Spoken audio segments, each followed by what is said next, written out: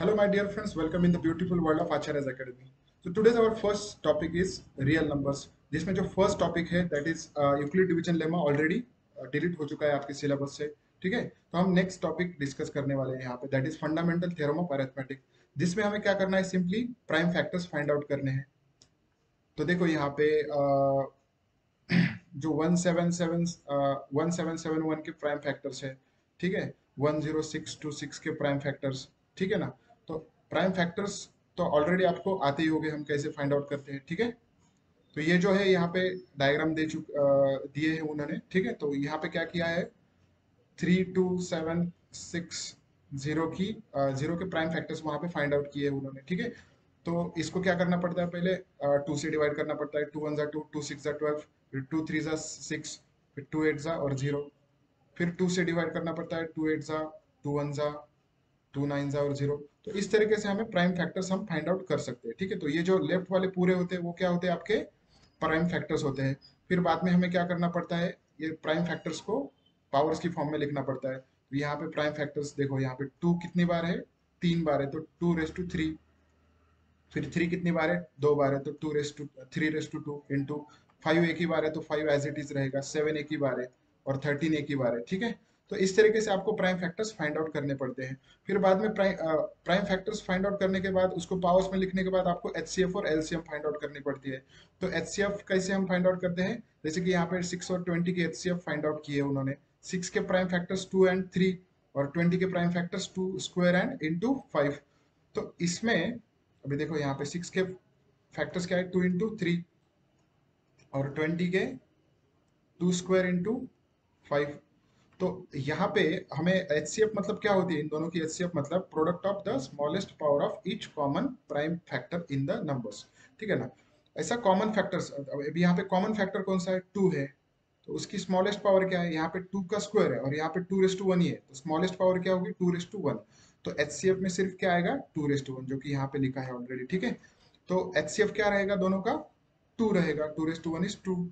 और एलसीएम हम कैसे फाइंड आउट करते हैं, that is product of greatest power of each prime factor involve in the numbers, ठीक है ना। तो एलसीएम क्या होती है, ग्रेटेस्ट पावर होती है प्राइम फैक्टर की, ईच प्राइम फैक्टर। यहाँ पे कॉमन फैक्टर प्राइम फैक्टर नहीं होता, यहाँ पे ईच प्राइम फैक्टर, ठीक है ना। तो यहाँ पे देखो दोनों में टू का हाइस्ट पावर क्या है, टू, टू का टू स्क्वायर है। थ्री का हाइस्ट पावर थ्री ही है और फाइव का हाइस्ट पावर फाइव है। तो इसका जो मल्टीप्लीकेशन आएगा, इसका जो मल्टीप्लीकेशन आएगा वो होगा आपका एलसीएम, ठीक है ना। तो इसका मल्टीप्लीकेशन क्या आएगा, टू का square four into three into five, ठीक है। तो फाइव थ्री जा फिफ्टीन, फिफ्टीन फोर जा सिक्सटी। तो एलसीएम सिक्सटी और आपका एचसीएफ क्या मिला था हमें, टू, एचसीएफ टू और एलसीएम 60, ठीक है ना। और एचसीएफ और एलसीएम में और एक मतलब फॉर्मूला है आपके लिए, ठीक है। उनका एक रिलेशन है, that is HCF, HCF into LCM equal to product of two numbers. अभी टू नंबर्स कौन से हैं यहाँ पे, सिक्स और 20 आर द टू नंबर्स। तो सिक्स और 20 का एचसीएफ क्या मिल गया था हमें, टू, और एलसीएम क्या मिला, 60। और सिक्स इंटू 20, तो 60 इंटू टू क्या होगा, 120, और six into twenty is also 120। तो इसका मतलब क्या होता है, अगर दो नंबर्स का हमने एचसीएफ और एलसीएम फाइंड आउट किया, तो तो उसके HCF into LCM equal to क्या होता है, product of that two numbers, ठीक है ना। तो ये रिलेशन बहुत ही इंपॉर्टेंट है, ये रिलेशन बहुत ही इंपॉर्टेंट है, ठीक है। पर तीन नंबर्स के बारे में ये चीज लागू नहीं होती, ठीक है ना। ये फॉर्मूला लागू नहीं होता तीन नंबर्स के बारे में, ये सिर्फ दो नंबर्स के बारे में ही लागू होता है, ठीक है। तो इस पे क्वेश्चंस कैसे आ सकते हैं आपको, वो क्या करेंगे, दो नंबर्स देंगे, उसका उनका एचसीएफ देंगे, फिर आपको एलसीएम फाइंड आउट करने के लिए बोलेंगे। तो ये फॉर्मूला यूज करके आप एलसीएम फाइंड आउट कर सकते हो, ठीक है। नहीं तो फिर वो क्या करेंगे, एचसीएफ और एलसीएम गिवन गिवन होगी वहां पे, और एक नंबर गिवन होगा और हमें दूसरा नंबर निकालना है, ठीक है। तो वो भी हम वैसा भी प्रॉब्लम हम इस फॉर्मूला से सॉल्व कर सकते हैं, ठीक है। तो यहाँ पे देखो, यहाँ पे एचसीएफ और एलसीएम इन तीन नंबर्स की यहाँ पे फाइंड आउट किए उन्होंने। और ये देखो यहाँ पे H C F is six और इसकी एलसीएम 360।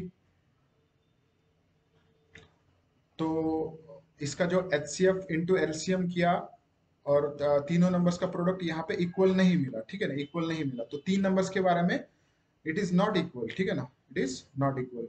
तो अब हम एक्सरसाइज 1.2 को देखेंगे। यहाँ पे देखो फर्स्ट क्वेश्चन है प्रोडक्ट ऑफ प्राइम फैक्टर्स, तो ये सिर्फ हमें क्या करना है, इसके प्राइम फैक्टर्स निकालने हैं, ये तो सबको आएगा, ठीक है। सेकंड क्वेश्चन क्या है, LCF and LCM of the following pairs of integers and verify LCM into HCF, ठीक है ना, जिसमें हमें क्या करना है, दोनों नंबर्स के प्राइम फैक्टर्स फाइंड आउट करने हैं, और उसकी उनकी जो एचसीएफ होगी वो क्या होगी, जो lowest power of common factors, ठीक है ना, जो लोएस्ट पावर होगी कॉमन फैक्टर्स की, कॉमन प्राइम फैक्टर्स की जो लोएस्ट पावर होगी वो होगी एचसीएफ, एंड जो हाईएस्ट पावर होगी all the factors prime factors की वो क्या रहेगी, आपकी एलसीएम रहेगी, ठीक है। तो ऐसे आपको यहाँ पे एलसीएम और एचसीएफ फाइंड आउट करनी है, ये तीन नंबर्स की एलसीएम एचसीएफ फाइंड आउट करनी है। फिर यहाँ पे देखो ये एचसीएफ गिवन है दो नंबर्स की, और एलसीएम भी, और हमें क्या करनी है, एलसीएम फाइंड आउट करनी है। तो यहाँ पे हम वो फॉर्मूला यूज कर सकते हैं, कौन सा फॉर्मूला है, HCF into LCM equal to product of two numbers, that is 306 into 657।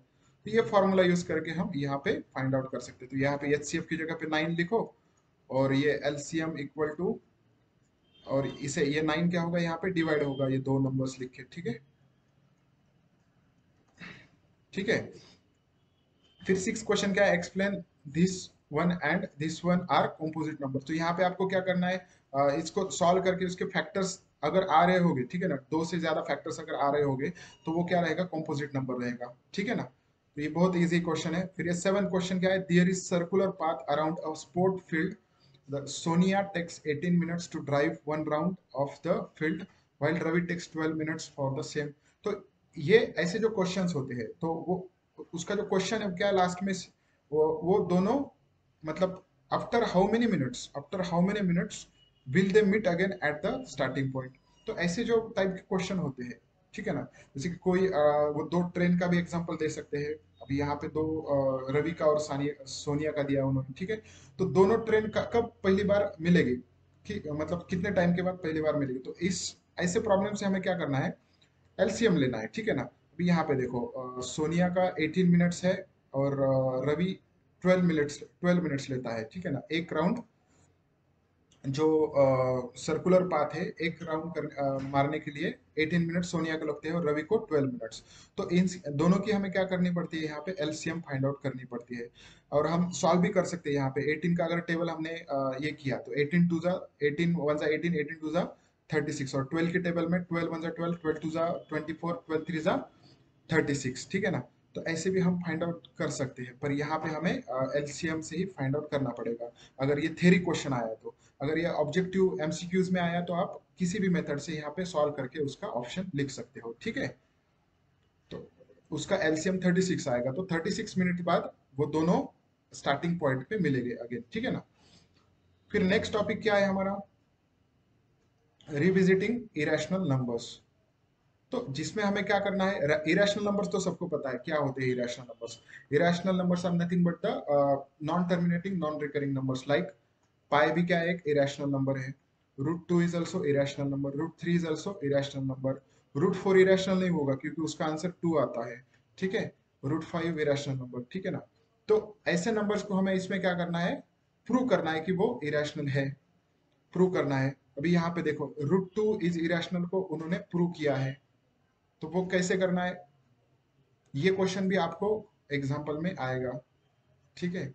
Exercise में देखें तो हमें पूछा है प्रूव दैट √5 इज इरेशनल। तो ये क्वेश्चन हम यहाँ पे सॉल्व करेंगे, हम कैसे करते हैं, बहुत सिंपल मेथड है, ठीक है।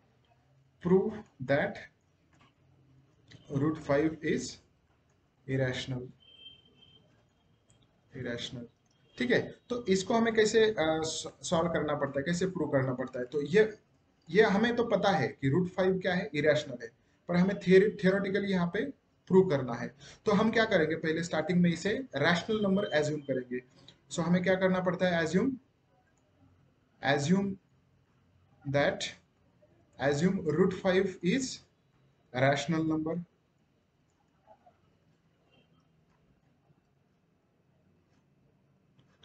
पहले हमें एज्यूम करना पड़ता है कि ये रैशनल नंबर है। अगर ये रैशनल नंबर नहीं हुआ तो ऑब्वियसली क्या होगा, इरेशनल नंबर ही होगा।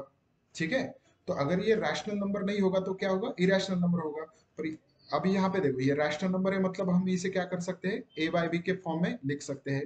अभी root 5 can be written as A by B, where A and B are co-prime co-prime integers, co-prime integers where B is not equal to 0। आपको ऐसे लिखना है, ठीक है। B जीरो नहीं होना चाहिए, B जीरो हो गया तो वो क्या होगा, इन्फिनिटी होगा। ठीक है, तो A एंड B क्या है, इंटीजर्स है, मतलब ये पूरा क्या है, रैशनल नंबर ही है। तो इसके बाद हमें क्या करना है, स्क्वेयरिंग करना है बोथ साइड्स में,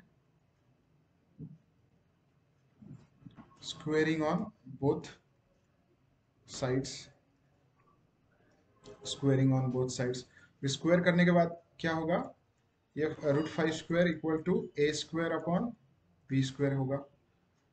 फिर यहाँ पे देखो रूट और ये स्क्वायर क्या होगा, हो जाएगा, कैंसिल हो जाएगा, तो यहाँ पे बचेगा 5 ए स्क्वायर बी स्क्वायर। ठीक है, फिर ये बी स्क्वायर इधर लेके जाओ और 5 को इधर लेके आओ। ठीक है, ये बी स्क्वायर इधर जाएगा और ये 5 क्या होगा, ए स्क्वायर के डिनोमिनेटर में आएगा 5। ठीक है, फिर क्या करना है आपको, अबे देखो यहाँ पे 5 क्या हो रहा है, ए स्क्वायर को डिवाइड हो रहा है। अगर ए स्क्वायर को 5 से डिवाइड होता है तो ए को भी क्या होगा, 5 से डिवाइड होगा। जैसे कि देखो यहाँ पे 25 को 5 से डिवाइड होता है, तो 25 क्या है, 5 का स्क्वायर है। ठीक है ना, तो 5 को भी क्या होगा, 5 से डिवाइड होगा। ठीक है, जैसे कि 36 को 6 से डिवाइड होता है, तो 6 को भी 6 से डिवाइड होगा। इसी तरह से,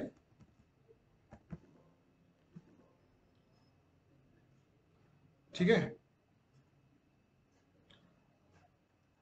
तो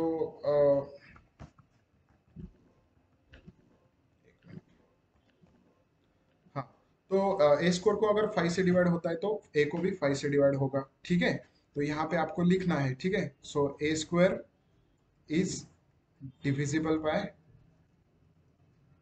divisible by 5, so a is also divisible by 5। अगर ए स्क्वायर डिवाइड होगा 5 से तो ए भी क्या होगा, 5 से डिवाइड होगा। ठीक है, फिर आपको क्या करना है, ये ए की जगह पे कुछ मल्टीपल लेना है, मतलब 5m ले सकते हैं हम, 5m, wear m is, wear m is,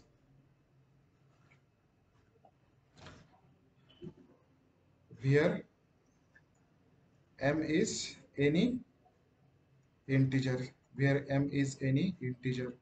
ठीक है, तो यहाँ पे a इक्वल टू 5m यहाँ पे पुट करना है आपको। ठीक है, इस इक्वेशन 1 में पुट करना है। So B square equal to क्या होगा, 5m का स्क्वायर हो जाएगा अपॉन 5, अपॉन 5। तो ये क्या होगा फिर, B square equal to 25 M square upon 5। तो 5 से डिवाइड होने के बाद ये होगा 5m स्क्वायर। ठीक है, 5m square, so B square equal to 5m square. तो आपको क्या करना है, ये 5 ये बी स्क्वायर के डिनोमिनेटर में लाना है। So B square upon 5 equal to m square. तो यहाँ पे आप क्या ऑब्जर्व कर सकते हो, यहाँ पे बी स्क्वायर को भी 5 से डिवाइड हो रहा है, तो बी को भी क्या होगा, ऑब्वियसली 5 से डिवाइड होगा। जैसे कि यहाँ पे ए स्क्वायर को 5 से डिवाइड हो रहा था, तो ए को भी 5 से डिवाइड होता है, तो वैसे ही यहाँ पे बी को भी 5 से डिवाइड होगा। तो इसके बाद आपको क्या लिखना है, तो ठीक है, मैं ये मिटा देता हूँ, फिर बाद में यहाँ पे हम नेक्स्ट स्टेप लिखते हैं। ठीक है,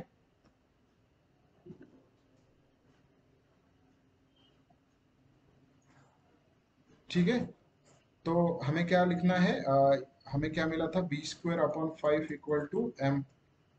ठीक है, so here, here m square था। ठीक है, so here B square is divisible by 5, so b is also, b is also divisible by 5। ठीक है, तो इसका मतलब क्या हो गया, ए भी क्या हो रहा है 5 से डिवाइड हो रहा है और बी भी क्या हो रहा है 5 से डिवाइड हो रहा है। So therefore A and B both are divisible by 5। सो इसका मतलब हम क्या बोल सकते हैं कि ए और जो 5 है वो क्या है, फैक्टर है, मतलब ए और बी का क्या है, कॉमन फैक्टर है। पर हमने स्टार्टिंग में क्या लिखा था कि ए और बी क्या है, को प्राइम इंटीजर्स है। को प्राइम इंटीजर्स का मतलब क्या, कि इनका जो कॉमन फैक्टर है वो क्या है, सिर्फ वन ही हो सकता है, वन ही उनका कॉमन फैक्टर हो सकता है, ठीक है।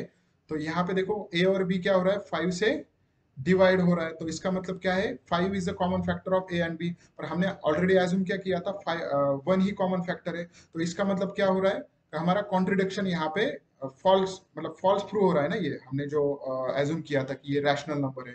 तो therefore our so our assumption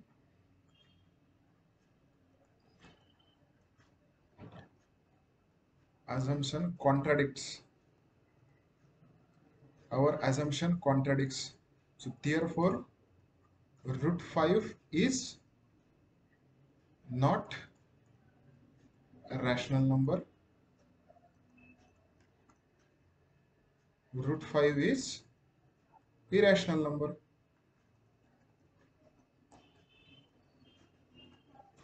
ठीक है। तो इस तरीके से आपको ऐसे क्वेश्चंस आपको परफॉर्म करने हैं, ठीक है ना। तो ये था रूट 5 के बारे में, ठीक है।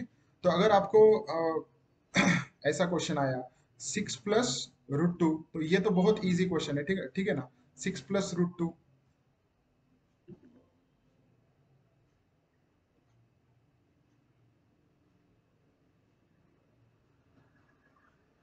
ठीक है।